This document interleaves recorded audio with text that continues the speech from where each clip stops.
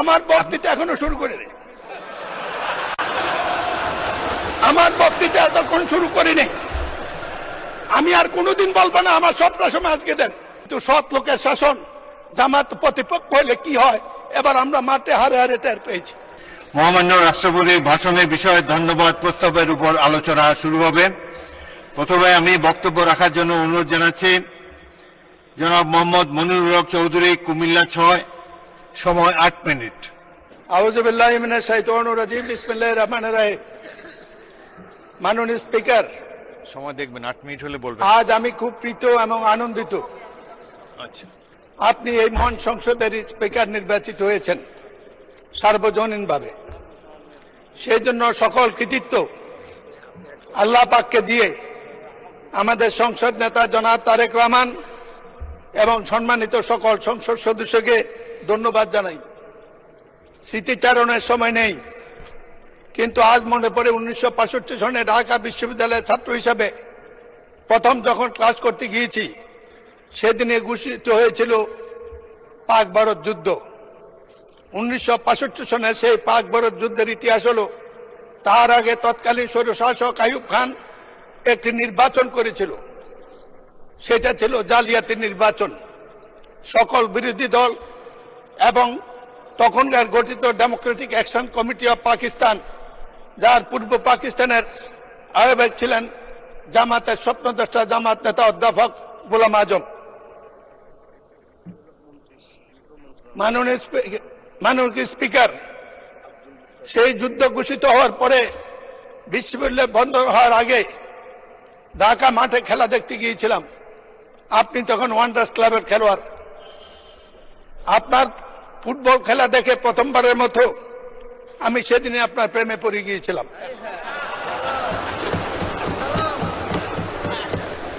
এই দেশটা যদি বাংলাদেশ বা পাকিস্তান না হতো, আপনার জন্ম যদি ইউরোপে হতো, তা আপনার তুলনা হতো আজকে পেলে এবং এই পর্যায়ের খেলোয়াড়ের সাথে। আপনি রাজনীতি ছিলেন না। 70-এর নির্বাচন আপনার বাবা ডক্টর আজহারউদ্দিন তৎকালীন আইয়ুবের স্বৈরশাসকের বিরুদ্ধে 70-এর নির্বাচনে এই ভোলা থেকে সংসদ সদস্য নির্বাচিত হয়েছিল। 73-এর নির্বাচন আপনি তখন সেনাবাহিনীতে আপনার এই মরহুম আব্বাকে সেদিন নাজেহাল করেছিল। তখনই রাজনীতিতে আপনার আকাঙ্ক্ষা ঘু করে মানুষের এই সংসদে জাতি জানে না যে কজন বীর বাঙালি মুক্তিযুদ্ধের শুরুতে শহীদ জিয়ার আহ্বানের পরে আপনারা ক্যান্টনমেন্ট ভঙ্গ করে প্রতিপক্ষ পাকিস্তানি কমান্ডারকে নিহত আহত করে সোলজার নিয়ে সরাসরি মুক্তিযুদ্ধে অংশগ্রহণ করেছেন। শোনেন, এর পরবর্তী পর্যায়ে রাজনীতিতে আসার জন্য প্রথম দিন জন্য আপনি আকাঙ্ক্ষা ব্যক্ত করেন। পুরনো স্মৃতির কারণে মোহামেডান ক্লাবের কর্মকর্তা হিসাবে আপনাকে নিয়ে প্রথম রাজনৈতিক নেতাদের কাছে যাওয়ার পরে আমাকে সেদিন অভিনন্দন জানিয়েছিল, এই রত্ন তুমি কোথায় পেলে? আজ আমি প্রশ্ন করতে চাই জনাব তারেক রহমানকে, এই রত্ন তিনি কোথায় খুঁজে পেলেন? আপনাকে অভিনন্দন। আপনার নেতৃত্বে সংসদ দুর্ভাগায় জাতির সকল সমস্যার সমাধানে বিরাট ভূমিকা রাখবে। আরো বলতে পারতাম, কিন্তু আমি জানি এক সময় আপনি কঠোর মানুষ, আমার মাইকটা বন্ধ করে দেবেন, সময় আর নষ্ট করতে চাই না। আজকের আলোচনায় রাষ্ট্রপতির ভাষণ। মাননীয় স্পিকার, আমার ভয় হয় কোন ভাষায় কথা বলবো। এক সময় প্রশ্ন ছিল 1952 সালে কোন ভাষায় কথা বলবো কিনা। আজকে প্রশ্ন হয়েছে কথায় ঠল বলবো কিনা। এই সংসদের দাঁড়িয়ে ভয় হয়। আগে যাদের বিরুদ্ধে দাঁড়িয়ে কথা বলতাম তাদেরকে চিনতাম, আর আজকে যাদের বিরোধী দল তাদেরকে এখনো আমি চিনি নাই। আমাদের নেতা তারেক রহমান বলেছিল কঠিন নির্বাচন, সেদিন অনেকে বুঝে নাই, আমি বুঝেছিলাম। পরে আমরা নির্বাচন করতে গিয়ে বুঝেছি কি কঠিন নির্বাচন পাশ করেছি। কিন্তু একটি সাহস ছিল মাননীয় স্পিকার, সেটা হলো আওয়ামী লীগের বিরুদ্ধে নির্বাচন তারা কি করবে জানতাম, কিন্তু সৎ লোকের শাসন, জামাত প্রতিপক্ষ হলে কি হয়, এবার আমরা মাঠে হারে হারে টের পেয়েছি। টাকা তারা ব্যবহার করে না, নির্বাচনে কোনো পক্ষপাতিত্ব করে না। ইনশাল্লাহ জাতির ভবিষ্যৎ উজ্জ্বল। এই জন্য তো আমরা ডেপুটি নেতা ডক্টর তাহেরকে নির্বাচনে জিতার পরে অভিনন্দন জানিয়েছিলাম, বলেছিলাম ফ্যাসিস্টদের বিদায়ের পরে কেউ যদি সবচেয়ে আলহামদুলিল্লাহ বলা উচিত সেটা আপনারা। এই নির্বাচন সুষ্ঠুভাবে সংসদ বসার পরে এত সংকট নিয়ে সংসদে আসার পরে যাদের আলহামদুলিল্লাহ বলা উচিত সেটা হলো জামাতে ইসলামী বাংলাদেশ। কিন্তু আজ প্রশ্ন উঠেছে আমাদের সম্পর্ক। আমরা কিছু মুক্তিযোদ্ধা যারা জীবিত আছি তাদেরকে আজকে সমাজে প্রশ্ন করতে হয়।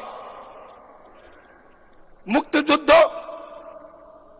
24-এর যুদ্ধ, 24-এর যোদ্ধা এক কাতারে হলো ফ্যাসিস্টদের আমলে বিচারের নামে অন্যায় যদি হয়ে থাকে তারা কি এক কথা? আমি এই প্রশ্নটা মহান সংসদে রেখেই এই সম্পর্কে শুধু জামাতকে একটি কথা বলবো। স্বাধীনতার পরে বা এনসিপির নেতা তার কথা হয়েছিল, তাদেরকে বয়স কম হলেও শ্রদ্ধা করি, এই কারণে করি তারা সাহসী সন্তান, এই যুগের চাহিদা। একটি কথা মনে করবেন, শ্রদ্ধা নেতৃবৃন্দ, স্বাধীনতার পরে একটু মেধাবী শ্রেণী এসেছিল, তারা গঠন করেছিল জাসদ।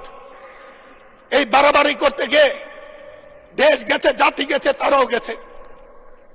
আমরা যেন সবকিছু হজম করার তৌফিক দেয়। আপনাদের উদ্দেশ্যে এই কথাটি রেখে 91 সংসদে আপনাদের সাথে কাজ করেছিলেন দেশনেত্রী বেগম খালেদা জিয়ার নেতৃত্বে। আপনারা যখন প্রশ্ন করেন মনে হয় এই দেশে 15 বছর 20 বছর বিএনপি ছিল না। দেশনেত্রী বেগম খালেদা জিয়া জাতি, দেশ, মানুষের বিরোধী দলের অনেক বিরোধ অপেক্ষা করে জামাতের সাথে একসাথে কাজ করার জন্য আমরা অনেকে না চাইলেও বাধ্য করেছিল। আপনাদের নেতা অধ্যাপক, আপনাদের নেতা মাওলানা গোলাম সাবান মরহুম, আমি বলতে চাই তিনি এই সংসদে একটি কথা বলেছিলেন, যার জন্য সিন্নি খাইলা মোল্লা চিনলা না। আপনারা 15-30 বছরে বেঁচে এই পর্যন্ত রাজনীতিকে নিয়ে এসেছেন, তার পিছনে দেশ নেত্রী বেগম খালেদা জিয়া তার অবদানটুকু একটু স্মরণও করেন না। মনে করেন বিএনপি আপনাদের প্রতিপক্ষ, যেমন জাসদ একসময় মনে করতে আওয়ামী লীগ একমাত্র প্রতিপক্ষ, তাতে ইতিহাস দেশ কোথায় গিয়েছে এইটা বিবেচনা করার মতো বুদ্ধিবিদ্যা আপনাদের সবার আছে। আমি শুধু বলবো, কয়বার জাতি সমক দেবে, আল্লাহ জাতিকে কয়বার সময় দেবে, আল্লাহ দিয়েও দেখেন, নিয়েও দেখেন, কথাটা মনে রাখবেন। সময় লম্বা হলে আরো বলতাম, কোনদিন বলবো। আমি মুক্তিযোদ্ধা জামাতের সাথে আমার সম্পর্ক ভালো থাকার কথা নয়। ছাত্রলীগের সভাপতি হিসেবে 73 সনে দাঁড়িয়ে বলেছিলাম, জামাতকে যদি মুক্তিযুদ্ধের বিরুদ্ধে বক্তব্য থেকে তারা অন্যায় কিছু করে নাই, কিন্তু যুদ্ধ অপরাধ যারা করেছে তাদের বিচার করুন। শেষ করুন, মাননীয় সদস্য, আজান পড়ে গিয়েছেন। সেটু সঠিক বেঠিক সেটা কথা নয়। কথাটা হলো আজকের দিনে আপনাদের এই এটা জাতীয় ঐক্যের যে উদ্যোগ, সেই উদ্যোগের ফসল। আপনাদের এই সংসদকে আসাতে জাতীয় অভিনন্দন জানায়, আমরা অভিনন্দন জানাই। কিন্তু ধন্যবাদ মাননীয় সদস্য, ধন্যবাদ ধন্যবাদ দিচ্ছি আপনাকে। আজান পড়ে গিয়েছে।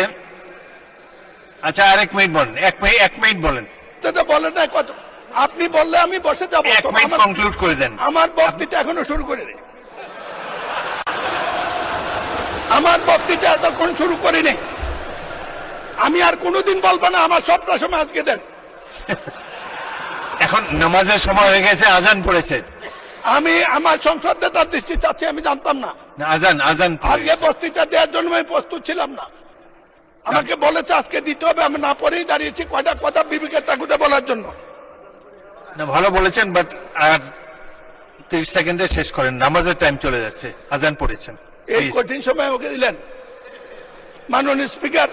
আপনি ইতিমধ্যে ভালো বলেছেন, সুতরাং না, আমার কথা শুরুই তো করি না, আপনি বলে ভালো বলছেন। এই কঠিন সময় আমাকে দিলেন, শেষ করুন, আরো সুযোগ পাবেন। সম্পর্কে কিছু বলার সুযোগ পেলাম। ওনারা তো সবসময় বলে জাতির টেলিভিশনে বলে, তারা গেলে টেলিভিশন যায়, বিরোধী দল দাঁড়ালে টেলিভিশন দ্বারা আমরা আপনি আমাকে অ্যাড্রেস, স্পিকারকে অ্যাড্রেস করেন, ওনাদেরকে বলেন না। শেষ করেন প্লিজ। মাননীয় সদস্যবৃন্দ, জোহরের নামাজের জন্য সংসদের অধিবেশনে 20 মিনিট বিরতি দেওয়া হলো।